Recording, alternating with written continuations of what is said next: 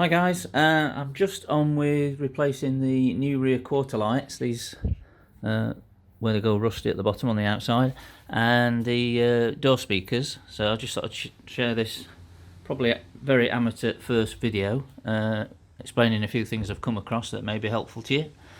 So first steps to get the door panels off. There's 3 screws in there which are all different sizes, which are these 3 little things here, all different.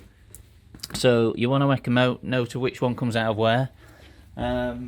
You've got this little piece which you have to clip out of your door handle just from back there, and then there's a screw hole in there that you need to get out. That's one of those 3 screws. The second one you'll find here, which is under the door handle. Now this can be a bit tricky to get off. You've got to prise it off from the bottom. You need to put some cloth along here and get a flat blade screwdriver in there and be quite forceful with it to lift it and really pull it off. You won't damage it. As you can see, there is a little slot there at the bottom for your flat blade screwdriver to clip into. Push it in and really give it some force to pull it off. There are some clips on the inside there which match these, but it will come off. You've just got to be quite forceful with it and not be afraid to get a bit tough. It will come off, and then that's your screw there, and your third screw is down there in your cup holder. So once you've got those 3 off, you then need to carefully get underneath the bottom edge of your panel and get something in there. I tried various things. Excuse me. I got some of these various, like a trim removal toolkit off Amazon or eBay, wherever. About 20 different pieces in it. All these kind of things. I found this one quite useful to get underneath first, just to get my hand in, and then again pulling from underneath, probably this bottom corner of each door. You've got to pull it and you'll hear it come away from these. I think that one's probably broken there. Inevitably you're probably going to break a few. Some will be left in the door like this, some will be left in the panel. I guess when they all go back in, they all want to be in the panel so that you can just get them in position and push them back into place. So these will have to come out. If I break a few, I've got some spare ones anyway, which you can get from vehicleclips.co.uk. Highly recommended. Once the panel comes off at the bottom, get them all off all the way up, and then the top will come loose and you can just kind of lift it and pull the whole panel away. When you do, the panel will still be connected partly by your door handles and also your small speaker cable, and in the case of the driver's door, also the electric window controls. So you need to unclip that on the driver's door, just unclip that on the passenger door, and then these you need to just kind of get your hand from behind and force it, and there's a little clip at the front that once you get that through the door panel, you can pull it all out, twist it sideways, and then push it back through the door panel. And as you can see, I've just taped it up to stop it hanging down, and then you can take your panel off completely. I'm just going to go back around the other side.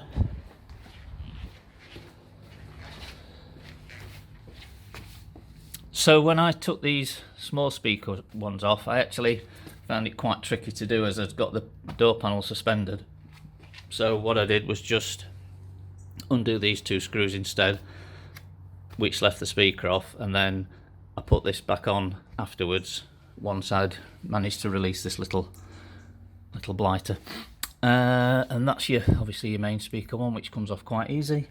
As you can see, this is the old speaker, and though they did put some good water protection in the form of the shield on top, that I gather wasn't on earlier models and certainly not on some other cars I've seen, but nevertheless you can see it's, well, seen better days after 50,000 miles.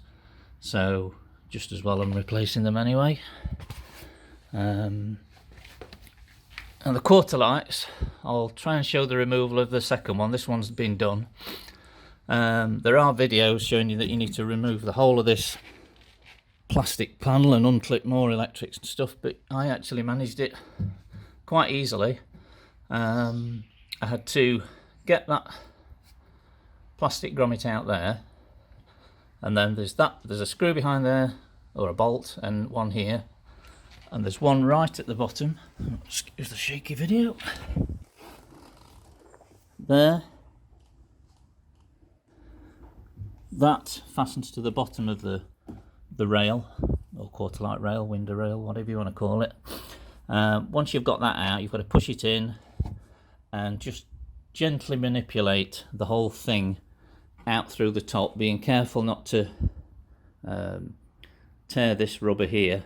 I put plenty of solution on there and sort of prised this back a bit like that, and just by jiggling it from the bottom with my hand, the right hand, and then left hand just watching this, I managed to just ease it up gently, and then twist it sideways once I'd got that bolt sticking out the bottom of the rail. Once I got it up to there, just twisted it 90 degrees and just eased it all out. And then you can remove the glass, which is fastened to the whole mechanism with a couple of screws and special fixings. You can clean the whole glass up, reattach it to the new one, slide the rubbers on off the old one, clean it all up first, and just reverse the procedure, put it all back in place. Not too bad, doesn't take too long either. So I'll try and take a bit of footage of the other one as I'm removing it. Okay. So this is a speaker on the driver's door. As you can see, this is the it's never been removed from new, so what I've had to do is just cut that bit of orange tape around there, release this, and then there's a clip on there that you can access to and just get the whole clip off. You might have to prise something along this top edge once you've released all 4 screws holding it to the door there. Just prise something along this top edge just to ease it off, and then it will come out quite easily. So that's that.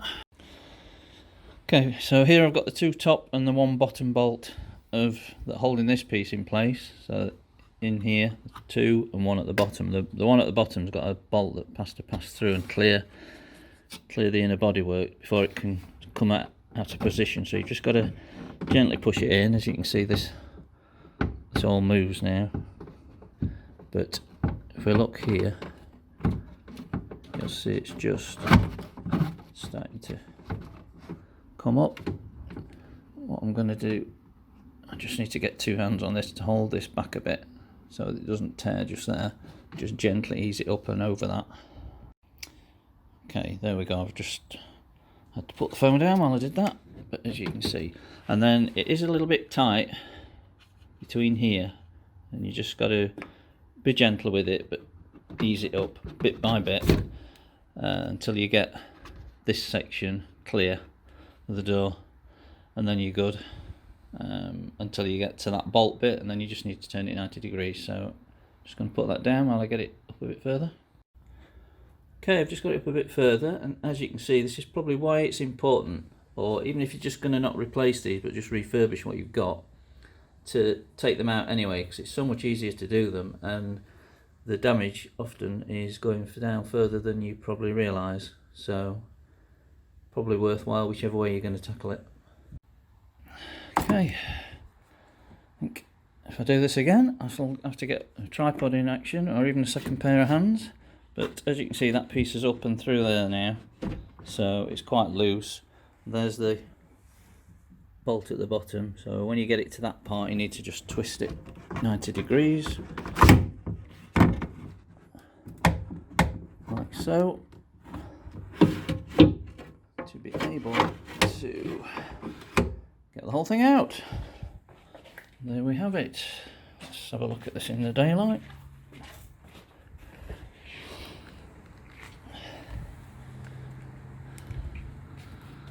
There you go. That's what we're faced with.